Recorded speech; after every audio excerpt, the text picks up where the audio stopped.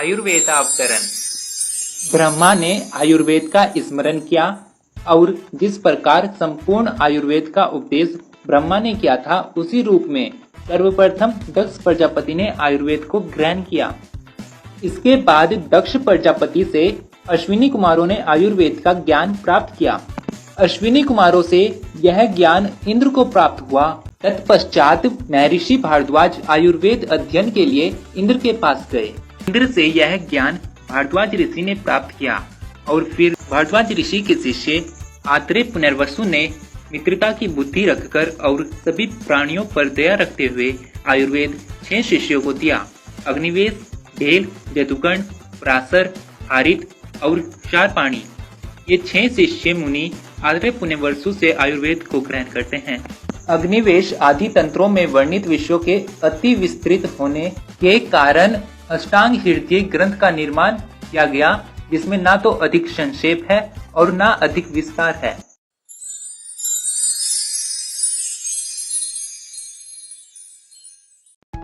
धन्वंतरी को भगवान विष्णु का अवतार माना जाता है। समुद्र मंथन के समय ये पृथ्वी पर अवतरित हुए थे। इन्होंने आयुर्वेद को अष्टांग विभाग में विभाजित किया। आयुर्वेद के 8 अंग हैं: काय चिकित्सा, बाल चिकित्सा, गृह चिकित्सा, ऊर्ध्वांग चिकित्सा, शल्य चिकित्सा, दृष्टा चिकित्सा, जरा चिकित्सा और वृष चिकित्सा। दोष के प्रकार: वायु पित्तम कफश्चेति तर्यो दोषा समासतः विकृता अविकृता देनम गणन्ति ते वर्त्यन्ति च। दोष 3 प्रकार के होते हैं: वात, पित्त और कफ। ये तीनों दोष विकृत अवस्था में देह का नाश करते हैं और समावस्था में रहने पर शरीर को बनाए रखते हैं। 2 दोषों के संयोग को संसर्ग कहते हैं और 3 दोषों के संयोग को सन्निपात कहते हैं। दोषों के स्थान: पहला वात, नाभि के अधोभाग में। दूसरा पित्त, हृदय एवं नाभि के मध्य भाग में। तीसरा कफ, हृदय के ऊपरी भाग में स्थित रहते हैं। अवस्था विशेष एवं काल विशेष के अनुसार दोष की स्थिति: आयु के अनुसार बाल्य अवस्था में कफ, युवा अवस्था में पित्त और वृद्धावस्था में वात दोष की प्रधानता रहती है। दिन के अनुसार प्रातः काल में कफ, मध्य काल में पित्त और सायं काल में वात दोष की प्रधानता रहती है। रात्रि के अनुसार पूर्व रात्रि में कफ, मध्य रात्रि में पित्त और पश्चात रात्रि में वात दोष की प्रधानता रहती है। और भोजन की अवस्था के अनुसार आमावस्था में कफ, पच्यमानावस्था में पित्त और पक्वावस्था में वात दोष की प्रधानता रहती है। दोष एवं अग्नि में संबंध: वात दोष की प्रधानता से अग्नि विषम रहती है, पित्त दोष की प्रधानता से तीक्ष्ण हो जाती है और कफ दोष की प्रधानता से अग्नि मंद रहती है। दोष की समावस्था होने पर अग्नि भी समावस्था में रहती है। दोष एवं कोष्ठ में संबंध: वात दोष की प्रधानता से कोष्ठ क्रूर रहता है, पित्त दोष की प्रधानता से कोष्ठ मृदु रहता है, कफ दोष की प्रधानता से मध्यम कोष्ठ रहता है और दोष की समावस्था होने पर भी मध्यम कोष्ठ रहता है। प्रकृति: गर्भ निर्मित के प्रारंभ में शुक्र और शोणित के संयोग के समय जिस किसी भी दोष की अधिकता रहती है, उसी दोष के आधार पर उस गर्भ की प्रकृति का निर्माण होता है। ठीक उसी प्रकार जिस प्रकार विष से विषकर्मी उत्पन्न हो जाते हैं। यह 7 प्रकार की होती है। वात दोष में हीन प्रकृति रहती है, पित्त दोष की प्रधानता में मध्यम प्रकृति रहती है और कफ दोष की प्रधानता से उत्तम प्रकृति बनती है। सम अवस्था रहने पर सम प्रकृति रहती है, जो कि सर्वश्रेष्ठ मानी गई है। वात पित्त, पित्त कफ और वात कफ 2 दोषों की प्रधानता रहने से निंदित प्रकृति होती है। दोषों के गुण: वात दोष के गुण: तत्र रुक्षो लघु शीतः खरः सूक्ष्म चलो अनिलः। रुक्ष मीन्स ड्राइनेस, लघु मीन्स लाइटनेस, शीत मीन्स कोल्डनेस, खर रफनेस, सूक्ष्म माइन्यूटनेस एंड चल मीन्स मोबिलिटी। यह सभी वात दोष के गुण हैं। पित्त दोष के गुण: पित्तम सहिष्णे तीक्ष्ण उष्णम लघु विस्त्रम श्रम दर्वम। सहिष्णे यानी थोड़ा, स्निग्ध, तीक्ष्ण, उष्ण, लघु, विस्त्र, सर और दर्व, ये सभी पित्त दोष के गुण हैं। स्निग्ध शीतो गुरुमंदः सलक्षणो मृत्सना स्थिर कफ। स्निग्ध, शीत, गुरु, मंद, सलक्षण, मृत्सन, स्थिर, ये सभी कफ दोष के गुण हैं। संसर्गः सन्निपात च तद्वित्रिशय कोपतः। 2 दोषों के संयोग को संसर्ग तथा 3 दोषों के संयोग को सन्निपात कहते हैं। धातु 7 प्रकार की होती है। दोष इन धातु को दूषित कर देते हैं, इसलिए इन्हें दूष्य भी कहा जाता है। रस, रक्त, मांस, मेद, अस्थि, मज्जा और शुक्र, ये 7 धातुएं शरीर का धारण व पोषण करती हैं। मल 3 प्रकार के होते हैं, मूत्र, पुरुष और स्वेद। दोष धातु एवं मलों के समान कारणों का सेवन करने से उनकी वृद्धि तथा विपरीत कारणों से उनका क्षय होता है। रस 6 प्रकार के होते हैं, मधुर, अम्ल, लवण, कटु, तिक्त और कषाय। कुछ रस दोषों को प्रकोपित करते हैं और कुछ उनका शमन करते हैं। मधुर, अम्ल और लवण रस कफ को प्रकोपित तथा वात का शमन करते हैं।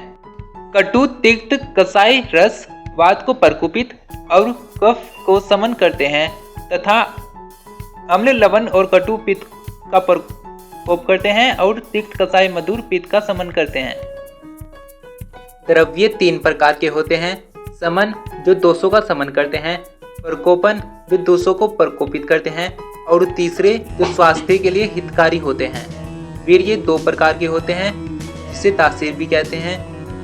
कुछ द्रव्य उष्ण वीर्य वाले होते हैं और कुछ द्रव्य शीत वीर्य वाले होते हैं। विपाक 3 प्रकार के होते हैं, मधुर, अम्ल और कटु। यहाँ विपाक शब्द का तात्पर्य पाचन के बाद उत्पन्न होने वाले स्वाद से है। मधुर और लवण रस का विपाक प्रायः मधुर होता है, अम्ल रस का विपाक प्रायः अम्ल होता है, कटु, तिक्त और कषाय रस का विपाक प्रायः कटु होता है। गुणों की संख्या। गुण 20 प्रकार के होते हैं। गुरु, मंद, हिम, स्निग्ध, सलक्षण, सांद्र, मृदु, स्थिरा गुणाः ससूक्ष्म विशदाः विंशतिः सविपर्ययाः। गुणों की व्याख्या करते समय 10 गुणों के बारे में बताया है और 10 उनके विपरीत गुण बताए हैं। गुरु का विपरीत गुण है लघु, मंद का तीक्ष्ण, हिम का उष्ण, स्निग्ध का रुक्ष, सलक्षण का खर, सांद्र का द्रव, मृदु का कठिन, सूक्ष्म का स्थूल, स्थिर का चल और विशिष्ट का विपरीत गुण है पिच्छिल। रोग एवं आरोग्य का कारण। काल 3 प्रकार के होते हैं, ग्रीष्म काल, वर्षा काल और शरद काल। अर्थ 5 प्रकार के होते हैं, शब्द, स्पर्श, रूप, रस और गंध। कर्म 3 प्रकार के होते हैं, शारीरिक, मानसिक और वाचिक। काल, अर्थ और कर्म का हीन योग, मिथ्या योग और अतियोग रोगों का कारण होता है। इसे उदाहरण से समझते हैं। जैसे ग्रीष्म काल में अधिक गर्मी पड़ने से यानी ग्रीष्म का अतियोग होने से, या फिर बहुत कम गर्मी पड़ने से यानी ग्रीष्म काल का हीन योग होने से, तथा ग्रीष्म ऋतु में वर्षा हो जाने से यानी मिथ्या योग होने से रोग उत्पन्न होते हैं। काल, अर्थ और कर्म का संयोग आरोग्य का कारण होता है। रोगस्तु दोष वैषम्यम, दोष साम्य आरोग्यता। दोष की विषम अवस्था में रहना, दोष का बढ़ा हुआ या फिर घटा हुआ रहना रोग का कारण बनता है और दोष का सम अवस्था में रहना आरोग्य का कारण होता है। रोग 2 प्रकार के होते हैं, निज शरीर में ही रहने वाले, जैसे दोष या धातु के दूषित हो जाने से उत्पन्न रोग, और आगंतुज यानी बाहर से आने वाले, जैसे कोई चोट लगने से या इन्फेक्शन होने से उत्पन्न रोग। रोग के अधिष्ठान भी 2 होते हैं, शरीर और मन। रज और तम मानसिक दोष होते हैं। रोगी की परीक्षा के प्रकार। दर्शन यानी पर्सिवेशन, स्पर्शन यानी उसे टच करना, पाल्पेशन, और प्रश्न इंटरोगेशन करना। 3 प्रकार से रोगी की परीक्षा की जाती है। रोग परीक्षा करने के लिए 5 स्टेप्स होते हैं। पहला निदान यानी कोज का पता लगाना, सेकंड पूर्व रूप, थर्ड रूप यानी साइन एंड सिम्टम्स, फोर्थ उपशय थेरेप्यूटिक कॉन्फर्मेशन, एंड फिफ्थ संप्राप्ति यानी पैथोजेनेसिस। इन 5 तरीकों से हम रोग का पता लगा सकते हैं। देश के प्रकार, देह देश यानी शरीर और भूमि देश। भूमि देश 3 प्रकार के होते हैं, जांगल, अनूप और साधारण।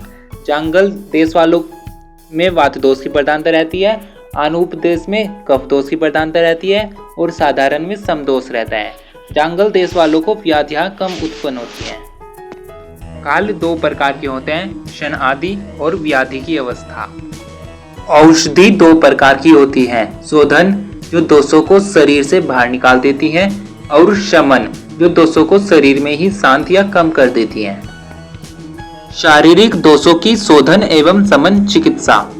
शरीरानाम दोषानाम कर्मेण प्रमोषधम बस्ति वीर्योको वमनम तथा तेलम घृतम मधु। जो शारीरिक दोष हैं, वात, पित्त और कफ, उनकी श्रेष्ठ शोधन औषध है वात के लिए बस्ति, पित्त के लिए विरेचन और कफ के लिए वमन। तथा जो श्रेष्ठ शमन औषध है वह है वात के लिए तेल, पित्त के लिए घृत और कफ के लिए मधु। धैर्य और आत्मा आदि का विशेष ज्ञान मन के लिए श्रेष्ठ औषध है।